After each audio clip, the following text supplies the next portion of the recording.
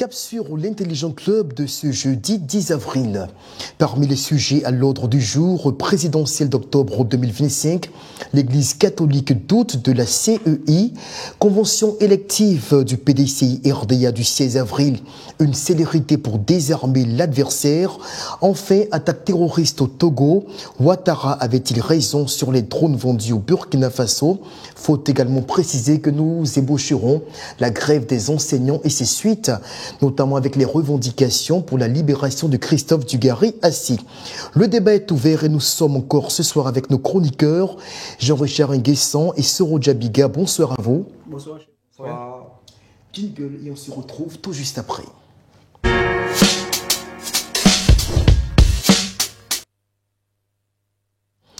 Soro Djabiga, on a tous été choqués, sinon secoués, par la déclaration de Monseigneur Kouadio, qui est président de la conférence épiscopale de Côte d'Ivoire, qui a clairement mis en doute la crédibilité de la CEI, qu'il estime pratiquement être dangereuse pour l'avenir politique en Côte d'Ivoire avec les élections qui arrivent. Il estime qu'on ne peut pas aller à des élections crédibles dans de telles conditions. Alors sur ce point, quelle est votre lecture des déclarations faites par le prélat? Ce sujet est extrêmement sensible car il touche au cœur de la démocratie ivoirienne.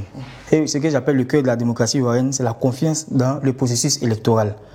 Vous savez, le doute exprimé par l'Église catholique est à prendre au sérieux. Parce que dans toutes les nations, dans toutes les sociétés, l'Église catholique a toujours joué le rôle de vigie, de vigie morale. Vous savez c'est quoi un vigie moral? Dans les bateaux, le vigie est celui qui est suspendu à la tête d'une tour et qui scrute l'horizon pour pouvoir détecter les dangers et les éventuelles attaques. Alors l'Église catholique joue ce rôle-là dans nos sociétés. Vous savez que dans toutes les régions, dans toutes les contrées de la Côte d'Ivoire, l'Église catholique est représentée. Et les différents prêtres, les évêques et autres sont en contact avec toutes les populations. Ça leur permet d'avoir un certain nombre d'informations que ces derniers remontent à leur hiérarchie et qui remontent encore au niveau de Rome. Donc l'Église catholique a beaucoup d'informations. Ceci dit, cette information, ce doute que l'Église catholique présente est à prendre au sérieux. Parce qu'il faut dire que la CEI a un passif historique. En 2010, il y a eu des problèmes liés à la CEI. En 2020, il y a eu des problèmes encore liés à la CEI. C'est-à-dire qu'il est clair qu'aujourd'hui, les acteurs politiques, notamment la population, n'ont pas confiance en cette institution. Donc ça pose la problématique de la réforme de cette institution. Et c'est cette réforme-là qui pose problème parce que apparemment, il n'y a que l'opposition qui est d'accord pour qu'on fasse cette réforme de la CEI. Mais le pouvoir en place soutient que les irrégularités que l'opposition dénonce ne sont pas réelles, ne sont pas vraies. Et je pense qu'il y a péril à la demeure parce que l'Église catholique, quand elle tire la sonnette d'alarme, c'est qu'il y a vraiment un danger, il faut prendre cela au sérieux. Alors je cite l'évêque, il déclare ceci: nous doutons de l'indépendance de la CEI. Je ne vise pas un individu en particulier. Si cette commission dysfonctionne, il en va de la responsabilité de tous ceux qui y participent. Et Jean-Richard Nguessan, pour l'évêque, il ne se fait aucun doute, la moralité de ceux qui dirigent l'institution électorale qu'est la CEI est à remettre en cause. Est-ce que vous partagez son analyse? Je partage, c'est vrai, le point de vue de l'Église catholique, mais je pense que l'Église aurait pu tout simplement tirer la sonnette d'alarme sans pour autant juger cette CEI-là comme une CEI qui manque de morale. C'est vrai que dans bien de nations, l'Église catholique tire la sonnette d'alarme. On l'a vu au Togo, en République démocratique du Congo, que ce soit en Afrique du Sud. Dans bien de pays, l'Église catholique interpelle sur des questions politiques, sur des questions culturelles, sur des questions économiques. On sait plus ou moins tous le rôle qu'a joué l'Église en Côte d'Ivoire à une certaine période. L'Église a pris position pour un camp et cela a cristallisé par moments les positions, les positionnements. Et c'est vrai que cette CEI-là, quoi qu'on dise, pose problème au regard de tout ce qui a été présenté par l'opposition, au regard même de l'article 7 du code électoral. Aujourd'hui, l'Église catholique interpelle. C'est vrai qu'il faut prendre en compte la position de l'Église catholique, mais elle gagnerait aussi à rapprocher les partis, au-delà de faire des déclarations pour fustiger un camp. Elle gagnerait à visiter des partis, à rencontrer des hommes politiques, essayer de voir comment régler véritablement le problème de la CEI, que d'être dans une position où elle fustige cette institution, alors qu'on est à quelques mois. Les propos sont trop durs? Oui, les propos, pour ma part, sont assez durs. Elle aurait pu faire l'économie de quelques mots et visiter tout simplement la CEI, interpeller cette CEI-là, essayer de voir le parti au pouvoir, essayer d'échanger avec certains hommes politiques afin de rapprocher les positionnements. On sait que depuis quelques mois, les différentes positions se sont tendues. Il y a de la crispation. On sent que le tissu social ou l'atmosphère sociale est très tendue au niveau de la Côte d'Ivoire. Elle gagnerait à ne pas en rajouter, mais elle gagnerait plutôt à concilier les différentes positions. Alors nous avons interrogé, comme on le fait chaque soir désormais, des consultants, des confrères, et aujourd'hui c'est Ernest Kouakou, qui est également journaliste, qui nous donne son point de vue sur cette sortie tonitruante de l'évêque ivoirien. On l'écoute. Merci, cher frère, de me donner la parole. Je suis Ernest Saint-Bénéfice, journaliste. Relativement à l'actualité du moment concernant la sortie de l'Église catholique à travers Monseigneur Marcellin Yao Kouadio, qui est le président de la conférence épiscopale de Côte d'Ivoire et par ailleurs évêque de Daloa, je voudrais dire tout simplement que c'est une habitude au niveau de l'Église catholique de chaque fois prendre position ou d'effectuer des sorties relativement à la vie de la nation.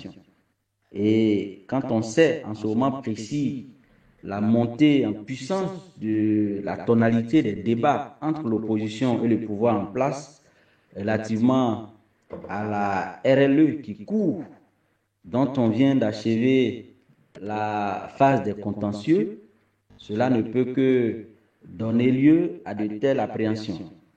Mais telle sortie est-elle fondée, oui ou non? Je ne saurais le dire. Mais évidemment, il faut le souligner, le débat politique actuel laisse à croire que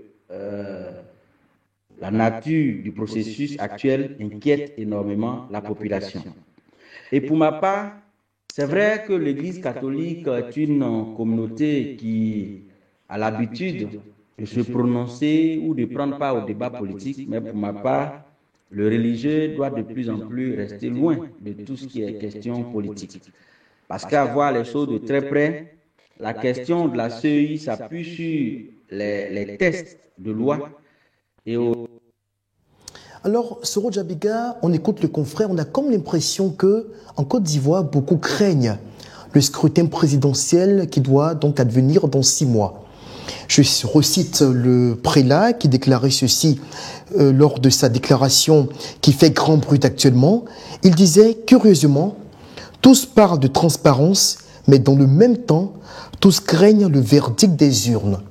Est-ce que vous partagez cette inquiétude de l'évêque ivoirien en même temps que celle du confrère qui, même s'il évite de prendre ouvertement position, mais lui non plus ne dissimule pas ses craintes quant à l'issue du processus électoral? Cher confrère, crois-moi, cette crainte est partagée dans toutes les chapelles politiques, même au niveau du RHDP. Parce que, comme j'aime à le dire, la Côte d'Ivoire a un cycle électoral de 10 ans. Et à chaque échéance, les Ivoiriens craignent de replonger encore dans la crise avec le traumatisme qu'on a vécu il y a 15 ans en arrière et 5 ans en arrière en 2020.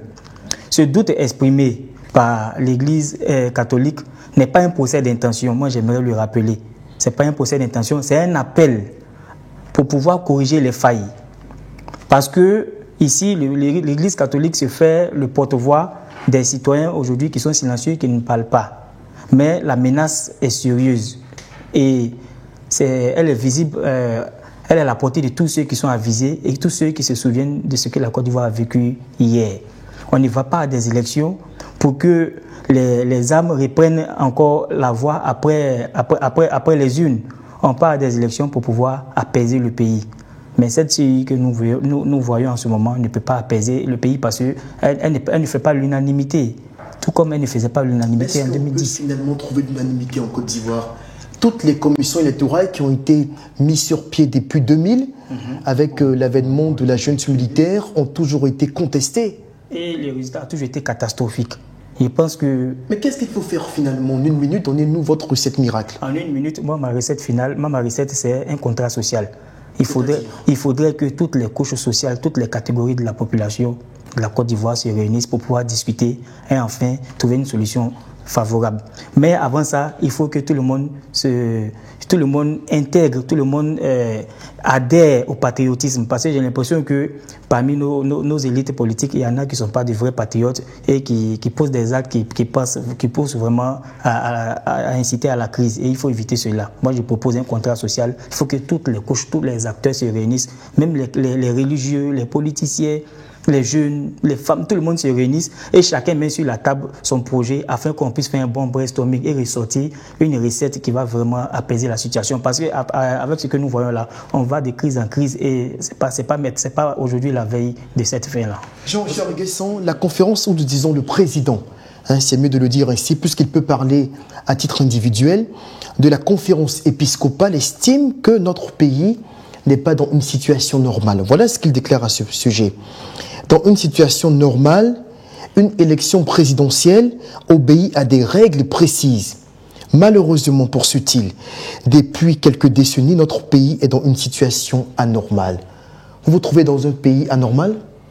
Pas véritablement. C'est vrai que, comme on aime à le dire, les positions se braquent depuis quelques semaines, depuis quelques mois même. La population, quoi qu'on dise, retient son souffle, la piscose s'enfle. Vous savez, quoi qu'on dise également, la liste électorale, celle qui nous a été présentée, pose problème. Parce que... il parle de plus de 11 000 cas d'irrégularité détectés. Mais au-delà de ça, il y a des enregistrements multiples, il y a des doublons. On parle d'électeurs frauduleux selon on parle des électeurs à plus de 100 ans, on dénombre plus de 5700 cas d'électeurs qui ont plus de 100 ans, des mères d'électeurs ayant plus de 20 enfants, on parle des mères avec 50 enfants. Il faut scruter cette liste. C'est vrai que je ne partage pas forcément tous les points qui ont été soulevés par le prélat, mais je pense qu'ils ont un devoir aussi de vérité vis-à-vis du peuple, vis-à-vis des hommes politiques. Au-delà de cette déclaration, au-delà de ce qui se dit, il faut des actions. Et pour moi, les actions, c'est cette capacité aussi de l'Église à aller et à s'introduire dans toutes les chapelles politiques pour parler aux hommes politiques. Je pense que en tant que guide religieux, en tant que personne dotée d'une certaine intelligence, d'un accompagnement spirituel, ils ont cette capacité-là de parler à nos hommes politiques, de rapprocher les différents camps. Et je pense que on pourra, pourquoi pas, sortir de cette situation qui, à la vérité, provoque la crainte de chez bien d'Ivoiriens. Soro Djabiga, Monseigneur Marcelin Yao Kouadio, est avant tout un religieux. Un religieux, certains estiment que prendre position de cette manière, cela pourrait quand même biaiser le caractère ou la perception d'impartialité que se doit de tenir toutes les chapelles religieuses. Est-ce que vous ne pensez pas que cette sortie du prélat peut, dans une certaine mesure, envenimer les tensions? Surtout quand on sait qu'on a eu dans le passé quelques incidents de ce type-là, où certaines personnes sont sorties dans les rues sous l'impulsion de quelques individus pour s'en prendre carrément à des prêtres, pour dire mais que ces derniers-là prendraient position. Est-ce que vous ne pensez pas que finalement, dans un contexte électoral surchauffé, de telles déclarations peuvent exacerber les tensions? On aurait été choqué si l'Église catholique reste muette aujourd'hui et réagit demain lorsque la crise va éclater. Je pense que l'Église catholique a joué son rôle, elle a tiré la sonnette d'alarme. Et ceux qui pensent que cette sortie-là va envenimer la situation, ce sont ces personnes-là aujourd'hui qui veulent que la Côte d'Ivoire replonge dans cette crise. Parce qu'aujourd'hui, tous les Ivoiriens sont conscients qu'il y a un problème. Il y a un problème au niveau de la CEI, ça ne se cache pas. Chaque jour que Dieu fait, des acteurs politiques dénoncent la CEI. C'est que le problème existe. Et non des moindres, Le PDC et le PPAC sont des partis représentatifs. Et pas que. Il y a des petits partis, il y a les mouvements de société civile qui dénoncent la CEI tous les jours. Donc, il ne sait pas aujourd'hui que la CEI a un problème. Si tous les acteurs politiques parlaient d'une même voix et d'une seule voix, on n'allait pas dire que la CEI a un problème. Mais quand le RHDP dit quelque chose et que l'opposition dit autre chose, c'est qu'il y a un problème. Donc, je pense que l'Église catholique a joué son rôle. Il faut tirer la sonnette d'alarme, il faut prévenir tout le monde pour dire qu'il y a un danger qui est devant, qui nous attend. Il faudrait qu'on pose des actions pour pouvoir éviter d'en arriver là. Mais moi, je vais assez rapidement, très rapidement. Parce que quoi qu'on fasse, cette liste, cette CEI-là ne fera pas l'unanimité. Il faut qu'on soit aussi clair. Même si cette CEI a été dirigée par un prêtre ou un imam, cette CEI va toujours poser problème à certaines personnes. Bon, j'aimerais présenter un tableau rapidement. Permettez-moi de présenter un tableau. Il y a un problème. La CEI est au centre du problème. Et des gens disent que la CEI n'est pas crédible. On dit OK, on se met ensemble, on désigne une organisation extérieure qui viendra auditer la CEI pour qu'elle puisse susciter la confiance auprès de toutes les parties pour qu'on passe aux élections. La recette a été expérimentée avec la certification et tout l'accompagnement dont on a bénéficié de la part des Nations Unies. Vous savez dans quelles conditions nous sommes partis aux élections en 2010. Vous savez dans quelles conditions nous sommes partis aux élections en 2010. Le pays était divisé, on n'a pas désarmé au nord. Vous le savez. Très bien. Alors, convention élective du PDC, c'est notre second sujet de ce soir, du 16 avril, puisque très récemment, on a décortiqué sur ce plateau les résolutions issues du bureau politique, le 18e du genre, auquel n'a pas pu prendre part le président Tidjane Cham. Alors, est-ce une célérité, cette célérité dans la fixation de la date de cette convention élective qui doit désigner le candidat du parti pour la présidentielle, est-elle un moyen de désarmer l'adversaire? Quand je parle de l'adversaire, il faut penser tout de suite, bien sûr, à tous ces militants au sein du parti qui semblent être en opposition avec Tidjane Cham, entre autres Valérie Yapo qui porte plainte, Jean-Luc Billon qui affiche clairement ses ambitions concurrentielles, et également d'autres au-delà même du parti, certains partisans du RHDP qui semblent être quelque part très passionnés, c'est normal, c'est de bonne guerre, par les tensions qui agitent le PDC-RDA. Alors, Jean-Richard Nguessan, en quelques jours, d'abord, on part au bureau politique, on fixe la date du dépôt des candidatures pour la période du 8 au 10 avril, donc un délai de 72 heures. Ensuite, alors qu'on s'attend à ce que la convention élective soit fixée à une date beaucoup plus postérieure, on nous annonce qu'elle a finalement lieu ce 16 avril prochain. On a l'impression, quand on analyse les différents agissements de la direction du parti, surtout quand on se réfère à la déclaration du ministre Bombé le lundi dernier devant le caveau familial du président Félix Houphouët-Boigny, que les choses semblent être organisées, d'aucuns pourraient le penser ainsi, en faveur du candidat Cham, qui de façon évidente est candidat pour la candidature du parti. Mais cela ne se cache guère. Vous savez que le PDCI, depuis quelques mois, est traversé par une crise, quoi qu'on dise. Le président Cham est fustigé de toutes parts, à l'intérieur comme par ses adversaires. Et il y a une volonté manifeste au niveau du PDCI de relancer le parti et surtout de partir en rang serré. Et tout le monde sait qu'aujourd'hui, le candidat naturel du PDC-RDA, c'est le président Cham. On n'a pas été surpris des propos, il y a cela quelques jours, du ministre Bombé qui estimait que M. Cham est le candidat naturel, est celui qu'il faut pour héritier biologique du président Houphouët-Boigny. Donc il y a une volonté manifeste au niveau du PDC-RDA de positionner assez rapidement le président Cham comme le candidat du parti pour les prochaines élections et fait taire toutes les divergences au niveau des points de vue, les divergences qui se font entendre, notamment le président Billon, Valérie Yapi et toutes ces personnes, Valérie Yapo, pardon, toutes ces personnes qui essaient d'attaquer le président Cham, essaient de faire taire toutes ces personnes et montrer que Cham reste l'homme fort du parti. C'est un calcul politique, Soro Djabiga, que de fixer cette convention à une date aussi rapprochée du bureau politique? Vous l'avez si bien dit, c'est un calcul politique. Vous savez, en politique, celui qui impose son calendrier prend une avance psychologique sur ses adversaires. Et le PDCI l'a compris, Tidjane Thiam l'a compris. Donc aujourd'hui, il essaie de courir avant de convaincre. Tidjane Thiam aujourd'hui essaie d'accélérer, de surprendre ses adversaires. Et avec le bureau politique... C'est une grosse surprise. Hein. Oui, avec le bureau politique qu'on a eu hier et la convention qui est en train de venir, Tidjane Thiam essaie de faire comprendre à ses adversaires, notamment au plan interne, que j'ai désormais la légitimité de mon parti politique. D'autant plus que, sans vouloir vous interrompre, lors du bureau politique, tous s'attendaient à ce qu'on ait une lisibilité au niveau de la date de la convention. Ce qui a été dit, c'est qu'elle sera communiquée ultérieurement. Alors on s'attendait peut-être à tout au plus tôt, dans quelques semaines.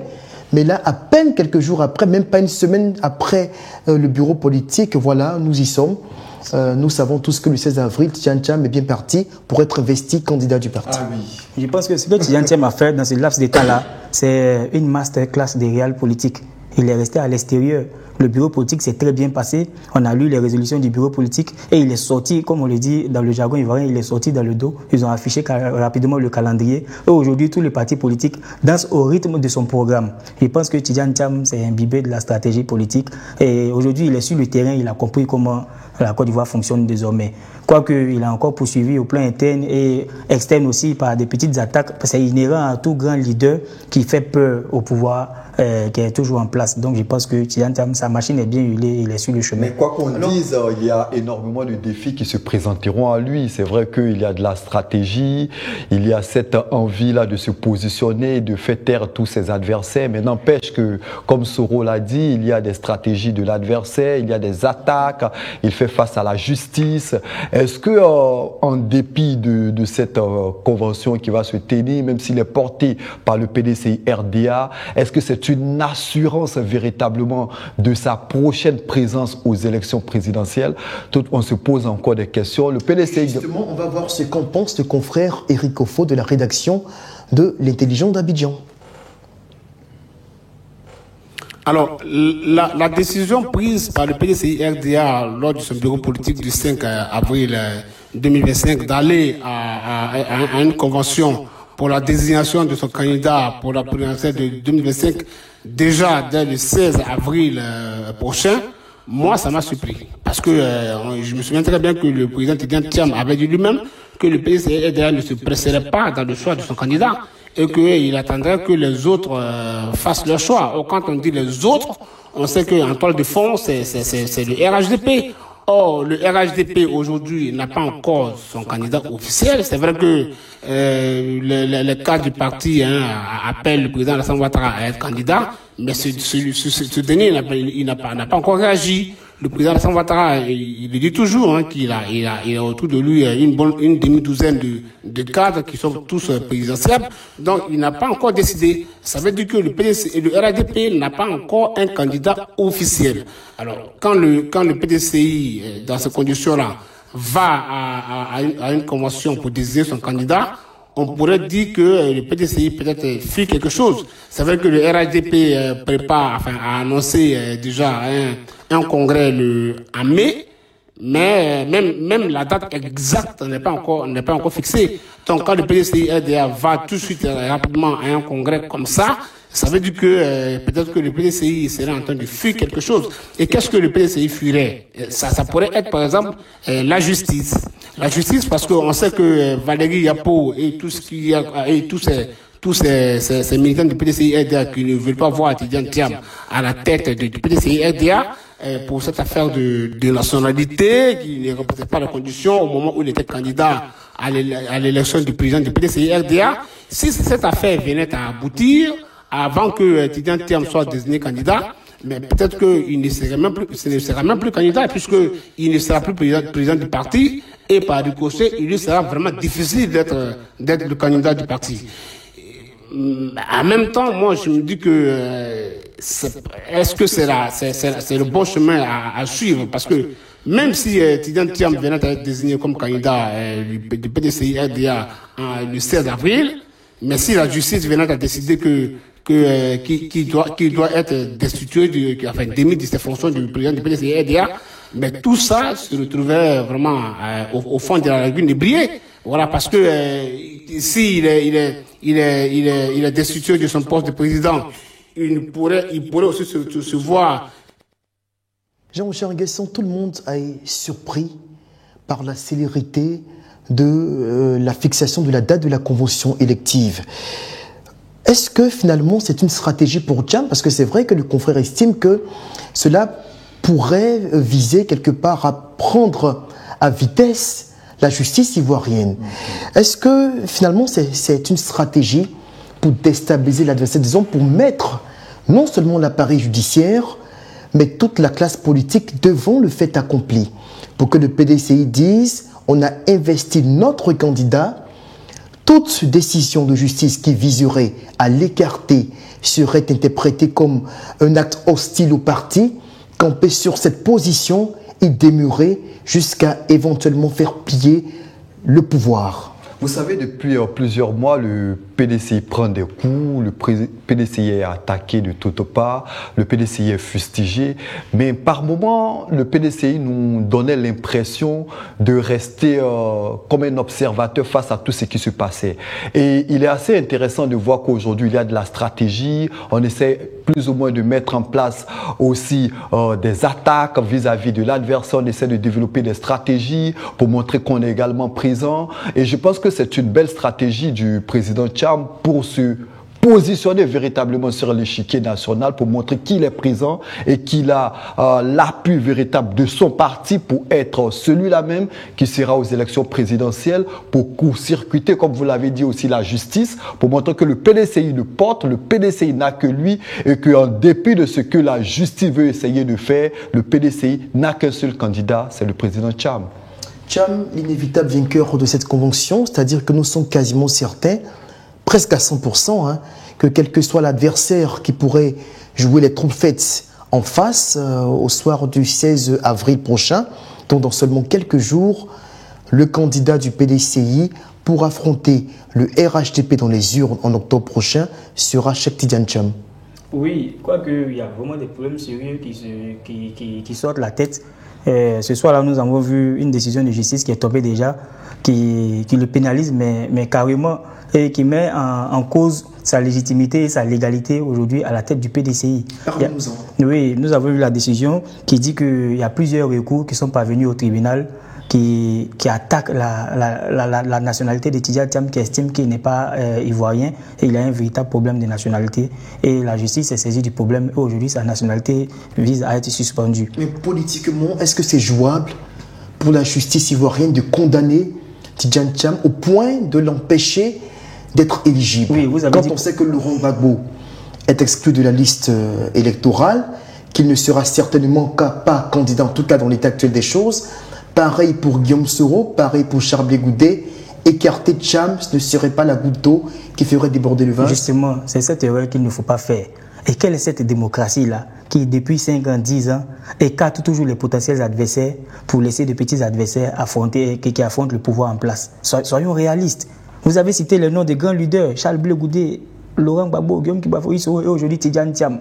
Je pense que ça sera l'erreur à ne pas commettre. Il faut laisser ceux qui veulent candidat aller être candidat. Tidiane Thiam est ivoirien. Il est ivoirien, il a une carte de nationalité d'identité, il a un passeport, il a un certificat de nationalité. Il faut le laisser être candidat. Et c'est vrai qu'il fait peur. C'est vrai qu'on veut s'accrocher au pouvoir aujourd'hui, mais il faut aussi respecter la démocratie, il faut respecter la paix sociale, il faut respecter l'intégrité des Ivoiriens. Tidiane Thiam fait peur parce que ça fait près de 8 mois maintenant que Tidiane Thiam est couvert par les grands médias de l'Élysée. Presque chaque mois, Tidiane Thiam passe du Quai d'Orsay, je vous l'ai dit. Fait des médias français, simplement. Du Quai d'Orsay. Nous savons de quoi je parle. Enfin, vous savez de quoi vous parlez, parce que moi, je ne sais pas. Je sais que France 24 est un média qui donne la parole à tout le monde, tout comme ils appartiennent à quel peut-être que vous allez nous éclairrer notre lanterne. Tidiane Thiam passe très souvent aujourd'hui sur France 24, sur TV5 et sur d'autres médias français. Et essayez de me rappeler un peu la dernière fois qu'un membre du RHDP est passé sur ces médias-là. Ça traduit aujourd'hui l'ancrage de Tidiane Thiam au plan international.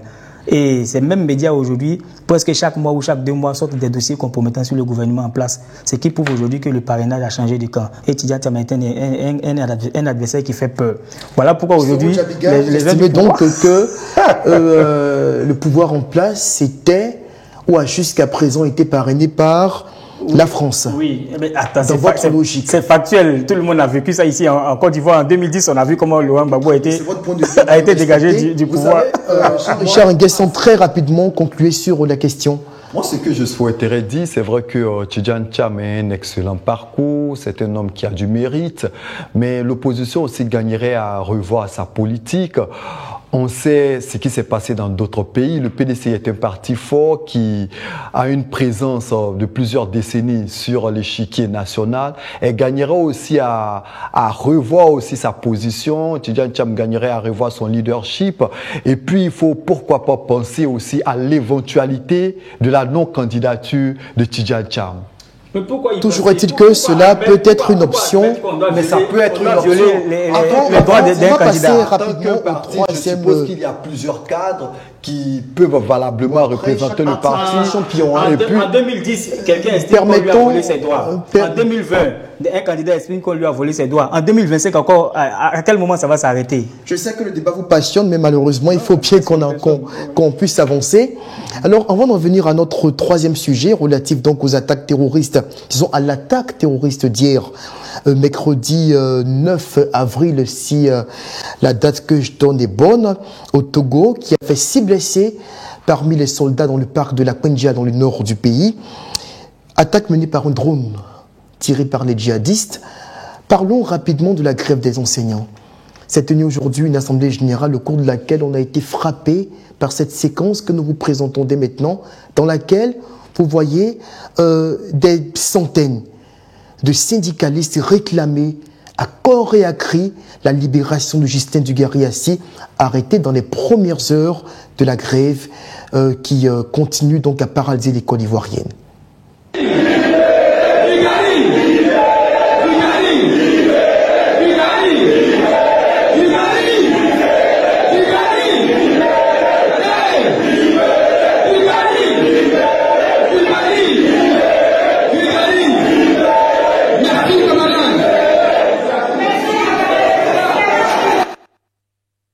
Libéré Dugarry, la colère monte chez les enseignants. Jean-Richard, commentaire très rapidement. C'était prévisible. Je pense qu'on l'a dit sur ce même plateau. Le cas Dugarry est un cas non négociable. Et je pense que le pouvoir gagnerait à faire sortir Dugarry parce que nous espérons tous, à l'image de tous les Ivoiriens, que les cours reprennent dès la semaine prochaine. Et je pense que si Dugarry reste en prison, je pense que on risque d'assister à, je pense, à une nouvelle grève. Et ce serait dommage pour l'école ivoirienne. C'est une ligne rouge pour les syndicalistes, Soro. La libération de Dugarry, elle était conditionnelle, indispensable pour toute résolution de la crise. Mais moi, je pense qu'il y a un grand pas qui a été franchi. Ce soir, nous avons reçu l'information que le mot d'ordre de grève a été levé.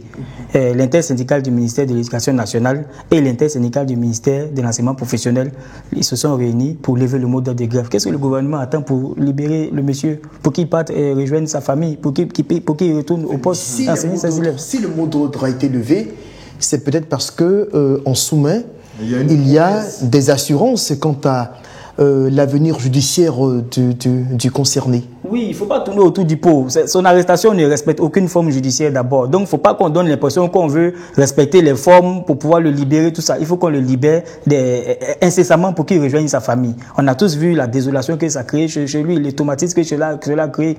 Je pense que le gouvernement a donné l'impression qu'il voulait apaiser la situation. Et là, on lui donne l'occasion de montrer sa bonne foi en respectant d'abord ses promesses et aussi en libérant Dugarry pour qu'on puisse poursuivre. Parce que jusqu'au-là, on n'a pas encore les résolutions de leurs échanges. Les deux parties ont prévu de se réunir à une date qui a été prévue de 2 jours pour pouvoir discuter. Et chacun des deux parties doit pouvoir prouver sa bonne foi. Je pense que les grévistes ont fait leur part. Il faut que le gouvernement libère le monsieur pour apaiser la situation, pour que les élèves reprennent les cours, parce que ça perturbe un peu le calendrier scolaire. Et nous connaissons tous les élèves, quand ils font 2 ou 3 jours à la maison, ils n'étudient plus. Pour reprendre encore, c'est un peu compliqué. Voilà. Déjà, très bonne nouvelle, on y prend acte et on va observer dans les jours à venir la reprise non des cours, mais également les actes qui seront posés dans le sens certainement de l'apaisement de la part des autorités gouvernementales. Alors, dernier sujet, nous avons donc cette attaque survenue hier qui, ma foi, marque un tournant dans le conflit ou dans l'insurrection terroriste en Afrique de l'Ouest. Pour la toute première fois, de façon aussi flagrante, c'est vrai que des faits similaires ont été rapportés au Mali, encore que le Mali reste un théâtre conflictuel, mais au Togo, une armée régulière qui n'est pas directement concernée par l'insurrection islamiste, qui est frappée par des groupes djihadistes, certainement par le Génim, à l'aide d'un drone d'attaque subtilisé à l'armée burkinabé. Jusqu'à présent, c'était des incursions habituelles, on entrait, on tuait des soldats, on faisait quelques victimes et après on se repliait. Mais là, les djihadistes semblent moderniser leur méthode d'attaque à l'aide de drones, mais de drones qu'ils prennent dans les bases de l'armée burkinabé dans lesquelles ils font des razzias. Moi, je pense que Ibrahim Traoré a échoué sur toute la ligne. Il avait promis la sécurité au Burkinabé, il avait promis la bonne gouvernance. Lorsqu'il arrivait au pouvoir, il y avait ce brin d'espoir. Il est toujours assez jeune, on connaît sa fougue, on connaît son parcours universitaire, son parcours militaire, quelqu'un qui a gravi les échelons, son discours accrochait les jeunes, son discours semblait passer auprès de l'armée, mais quelques années plus tard, force est de constater malheureusement que le Burkina Faso peine. Et vous savez, cette attaque est le résultat de l'incapacité de l'homme à assurer la sécurité dans cette partie du Burkina. Et incontestablement, ça agit sur le Togo. On sait que les djihadistes n'ont pas forcément pour objectif une assise territoriale sur le territoire togolais. Ils font des incursions, ils reviennent. Mais tout cela montre que l'armée burkinabé gagnerait, ou bien le pouvoir burkinabé gagnerait à sortir des diversions, à sortir du dilatoire, à sortir de ces débats qui n'intéressent véritablement plus les populations et assurer véritablement la sécurité du Burkina Faso. Parce qu'aujourd'hui, quoi qu'on dise, avoir un drone dans la main des djihadistes, qu'est-ce qu'ils vont en faire demain? C'est la question que tout le monde se pose. Est-ce que l'on devait s'attendre à une telle escalade? Oui, puisque la sous-région vit des tensions depuis plus de 10 ans, 15 ans maintenant. Et cette dernière actualité montre que la sous-région connaît désormais une ère de guerre asymétrique moderne. Les terroristes résistent et ils mutent aujourd'hui d'un territoire à un autre où ils n'étaient pas classiquement connus. Et aujourd'hui, ils s'équipent au moins de matériel technologique, mais vraiment de pointe. Une arme d'une telle envergure dans les mains des terroristes, mais c'est très grave. Et c'est une menace pas seulement pour ces pays de l'AES, mais pour toute la sous-région. Et je pense que plutôt que d'attaquer tout le temps ce qu'on appelle aujourd'hui l'AES, la junte, tout ça, on devait se mettre ensemble parce que je pense qu'on a un ennemi commun. Mais ils se mettent ensemble, j'en viens, mais je vous rappelle, c'est très important de le dire, que je pense que nous devons nous mettre ensemble aujourd'hui pour combattre l'ennemi parce que les terroristes ne trient pas. Quand ils attaquent une localité, ils ne regardent pas les pièces d'identité pour voir qui est pro IB, qui est pro Alassane Ouattara. Je vous rappelle qu'ils ont attaqué ici en Côte d'Ivoire, ils n'ont pas tué que les ressortissants de l'AES ou de la CEDEAO, mais ils ont attaqué tous ceux qu'ils avaient vus. Donc plutôt, et puis attends, il faudrait qu'on fasse, il est temps qu'on fasse véritablement de l'intégration africaine une réalité. Si vous n'êtes pas d'accord, si nous ne n'entendons pas sur la notion du panafricanisme, mais l'intégration est quand même classique, existe depuis longtemps. C'est justement là d'où vient l'importance de mon rappel, parce que lorsqu'Ibrahim Traoré prend le pouvoir, la Côte d'Ivoire a une coopération sécuritaire matérielle avec le Burkina Faso. Quand Assimi Goïta prend le pouvoir, c'est la même situation. Mais quand ils viennent de façon unilatérale, ils décident de rompre cette coopération sécuritaire. Vous parlez d'intégration, de coopération, mais la faute ne vient pas des autres. La faute, la décision de ne plus coopérer sur le plan sécuritaire vient uniquement des régimes putschistes de l'AES. Ça, faut le dire clairement. Et je pense que très récemment, le ministre de la Défense, Téné Birima Ouattara, le rappelait dans un entretien RFI, disait que la Côte d'Ivoire attend toujours l'opportunité de reprendre cette coopération parce qu'elle y va de l'intérêt de tout le monde. Mais alors, justement, ça pour dire que vos propos ne sont pas justifiés là. Jean-Richard Nguessan, on se souvient, j'en viens, permettez justement qu'on avance sur ce point parce que le ministre de la Défense, justement, disait en octobre 2024, lors de sa visite donc en Turquie, il demandait, selon Jeune Afrique, ou Afrique Intelligence, justement, au gouvernement turc, il les mettait en garde de cesser de vendre de l'armement sophistiqué au Burkina Faso. Quel ministre notamment est en garde? le ministre ivoirien de la Défense, Téné Birahima Ouattara, d'après les informations que l'on a reçues de la part du confrère Afrique Intelligence, parce que ces armes-là sont très souvent subtilisées par les groupes terroristes et peuvent servir à déstabiliser la sous-région ouest-africaine. On le vit aujourd'hui, le Togo a été attaqué, c'est-à-dire qu'ils n'ont même plus besoin de se déplacer physiquement à l'intérieur des frontières, de la même manière que l'Ukraine peut tirer sur la Russie ou que la Russie tirer sur l'Ukraine à distance. Ils peuvent le faire sur la Côte d'Ivoire qui est à portée de tir. Ils peuvent le faire sur le Togo, sur le Ghana, sur n'importe quel pays de la sous-région. C'est quand même inquiétant. Ah oui, moi j'en appelle à l'intelligence surtout de ces différents pouvoirs. Ils ont multiplié les initiatives, on l'a vu, la réorganisation de l'armée, le recrutement de jeunes, mais cela semble ne pas apporter grand-chose. On gagnerait, comme Soro l'a dit, à véritablement se mettre ensemble pour bouter hors de l'Afrique de l'Ouest cette nébuleuse terroriste. Parce que quoi qu'on dise, si le Burkina Faso est touché, aujourd'hui on observe les sécurités dans la partie septentrionale du Togo. Le Togo subit cette montée en puissance du djihadisme à travers les armes qu'il récupère à l'armée régulière burkinabé. La Côte d'Ivoire pourrait souffrir de cette situation. Le Bénin en souffre, on le voit. Donc il est tellement important. L'échange de renseignements.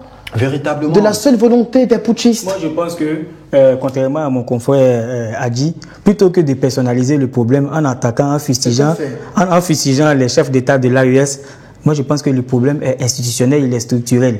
Ces derniers n'ont pas eu, ces derniers, soutenus par les différents pays, il faut le rappeler, n'avaient plus confiance en la CEDEAO qui peinait à régler les problèmes des différents pays. On a vu ici la CEDEAO soutenir ou bien fermer les yeux sur certains coups d'État et attaquer, être dur sur le ton avec d'autres pays. Et cette situation de deux poids, deux mesures a créé des frustrations avec ces pays-là. Et il y a eu aussi des sanctions de part et d'autre qui ont renfermé un peu les taux sur ces différents pays-là. Donc je pense qu'aujourd'hui, au nom de la sécurité sous-régionale, on doit se mettre au-dessus de ces... Qui devrait prendre l'initiative? Ceux qui ont rompu la coopération, oui, mais ou ceux qui ne sont pas d'initiative? Le mot rupture, si le mot rupture existe dans le dictionnaire, c'est qu'il y a son contraire aussi qui existe dans le dictionnaire. Vous êtes d'accord avec moi que si on a rompu aujourd'hui, on peut se remettre encore ensemble demain. La porte putschiste de faire et il appartient aussi à la CEDEAO Rabougri aujourd'hui de faire aussi un pas et puis moi je pense que la CEDEAO a perdu toute crédibilité aujourd'hui. On ne va pas citer ici tous les échecs de la CEDEAO. Là, nous parlons de l'aspect sécuritaire des choses. Okay. Et j'ai envie de vous demander, Jean-Richard, si, en fin de compte, le ministre Téné Birahima n'avait pas raison. C'est-à-dire que quand il dit, attention, si vous vendez des drones à ces gens-là, ils ne sont pas capables de les gérer. Ils n'en ont pas, j'en viens, ils n'en ont ni la compétence, ni l'instruction nécessaire. Ça va tomber entre les mains des djihadistes. Et puis chaque semaine, des camps militaires sont attaqués, dépouillés, pillés par les groupes armés. Et au vu de tous, à Diapaga, il y a eu près d'une centaine de morts militaires burkinabés. C'est dommage, on déplore cela. Mais c'est tellement régulier. Et finalement, quelqu'un disait, mais bien, l'armée burkinabé s'équipe et les djihadistes viennent faire leur marché, mais gratuitement, au prix du sang.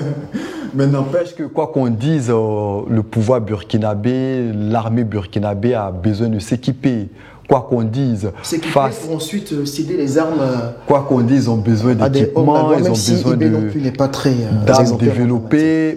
Mais moi, j'en appelle véritablement à l'intelligence de ces différents pouvoirs-là et à reprendre surtout la coopération militaire. C'est vrai qu'il y a des points de désaccord, il y a une volonté faible, que ce soit au Burkina, au Niger ou encore au Mali, de ne pas aller à des élections transparentes. Ça, tout le monde le sait, mais au-delà de ces aspects, la décision du Mali de quitter la CEDEAO à quelques jours de la date butoir fixée justement pour l'organisation d'élections. Au-delà de cet aspect, au-delà des mésententes, je pense que l'intérêt supérieur de nos populations doit primer, d'où la nécessité pour la CEDEAO de faire le premier pas, de faire le premier geste.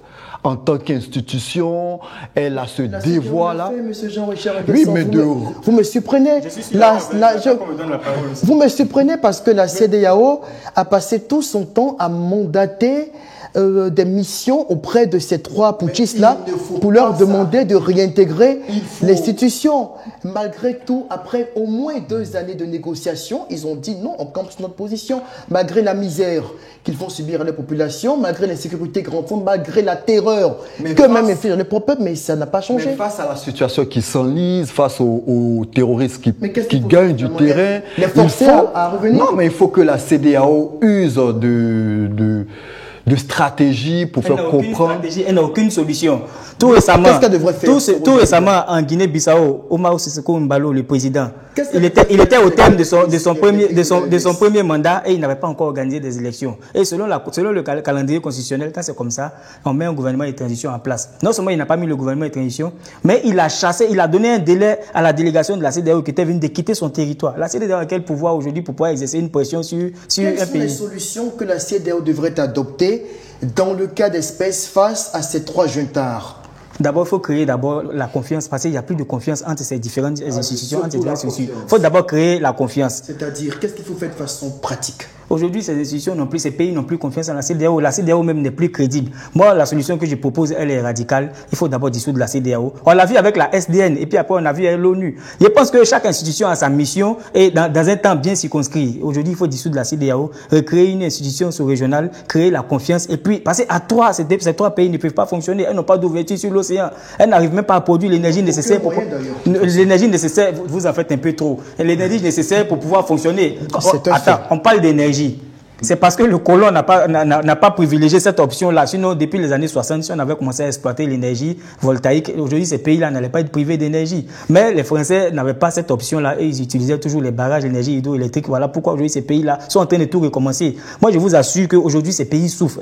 Ces pays ont des sérieux problèmes économiques et énergétiques. Mais à cette allure où ces pays sont en train d'aller, d'ici 5 ans, 10 ans, vous allez voir qu'ils vont surprendre. Ces pays vont surprendre l'opinion. Doit-on se baser sur la volonté de 3 putschistes qui ne veulent pas aller à des élections pour dissoudre la CEDEAO?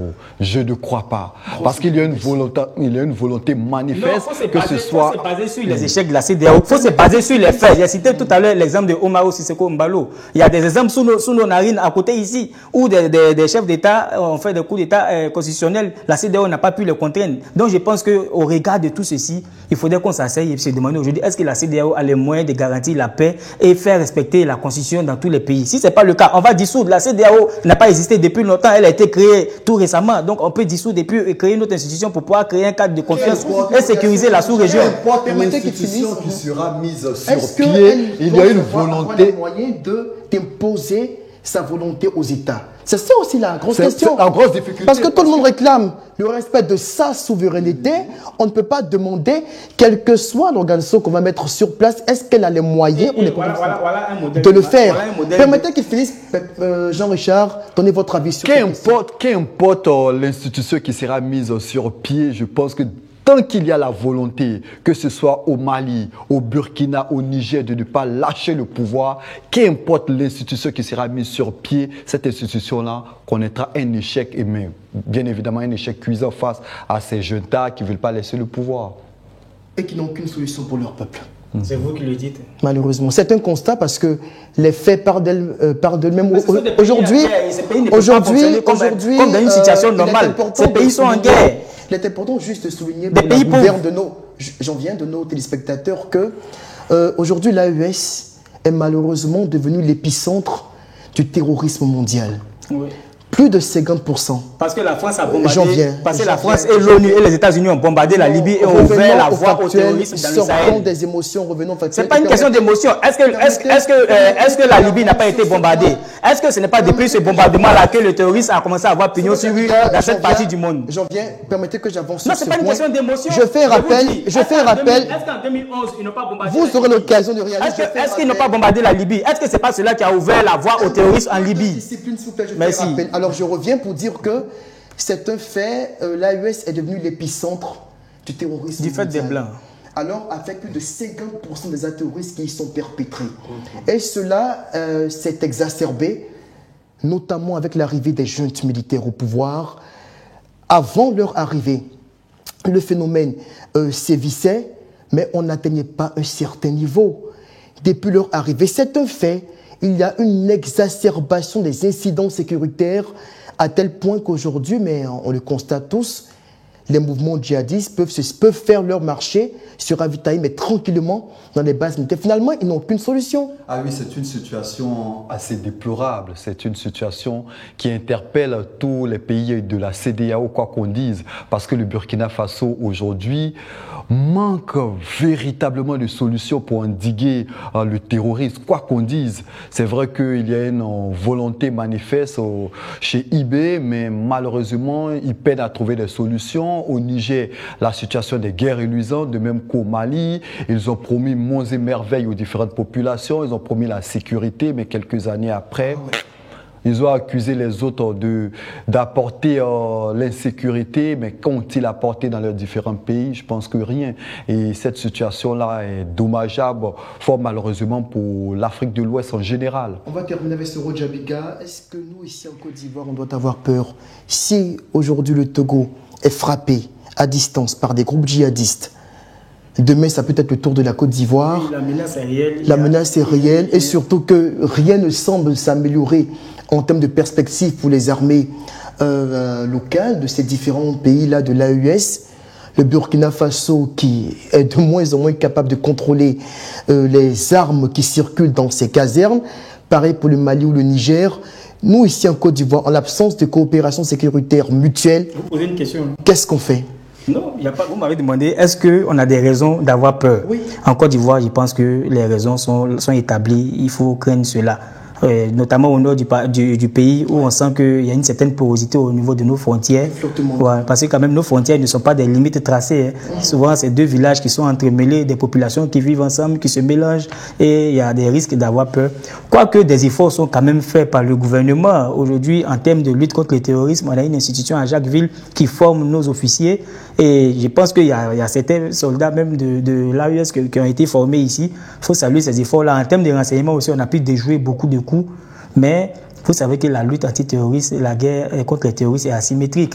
Ils arrivent à se fondre dans la masse, ils arrivent à se glisser un peu partout et on ne sait pas qui est qui, comme on le dit à Abidjan. Donc il y a des risques d'avoir peur, on ne sait pas ce qui se prépare. On fait confiance à nos institutions et à Dieu aussi. Merci à vous d'avoir donc, comme chaque soir, pris part à ces débats.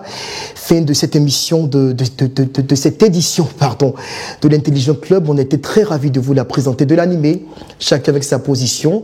On va se dire au revoir et puis on se retrouve demain pour un autre numéro de l'actualité de l'Intelligent Club sur l'Intelligent TV.